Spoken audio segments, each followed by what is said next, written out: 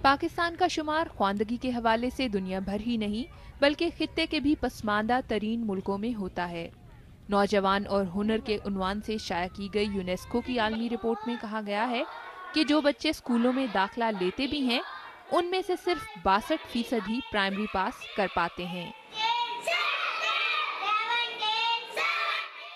ये बजट नहीं बढ़ेगा तो तालीम का डिज़ाइन पाकिस्तान में नहीं बदल सकता। ये 2 टीचर 2 रूम स्कूल बनाना, जबकि पता है कि 6 कमरों की ज़रूरत है, स्कूल ना होना। हमारे पास कोई 24,000 ब्लॉक्स ऐसे हैं जहाँ पे स्कूल है ही नहीं।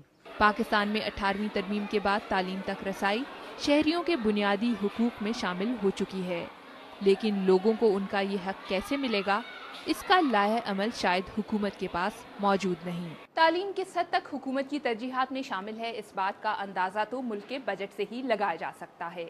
पाकिस्तान में इस वक्त बजट का महज 2% ही तालीम के लिए मुख्तस किया जा रहा है, जो कि अक्सर तरक्की पजीर मुल्कों के मुकाबले में भी कम है। माहिरीन का ख्याल है कि 2010 के बाद आने वाले मुसलसल सैलाब और मुल्क के मुख्तलिफ हिस्सों में जारी दहशतगर्दी ने भी तालीम के फरोग के लिए की जाने वाली कोशिशों को शदीद नुकसान पहुंचाया है। जो तो स्कूल तबाह हुए हैं दहशतगर्दी की वजह से, उनकी तो बहाली फ़िलहाल नामुमकिन है। यूँ समझ लें कि जब तक ये मसला हल नहीं होता तो ज़ाहिर है वहाँ स्कूलों की दोबारा तामीर मुमकिन नज़र नहीं आती। जो सैलाब की वजह से तबाह हुए हैं वहाँ पर बहाली मुमकिन है, लेकिन बहाली अभी हो नहीं रही। उसकी जो स्पीड है, उसका जो पेस है, बहुत स्लो है।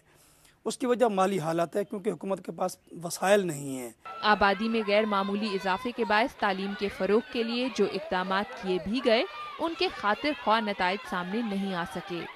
शुमाइला जाफरी, BBC, लाहौर।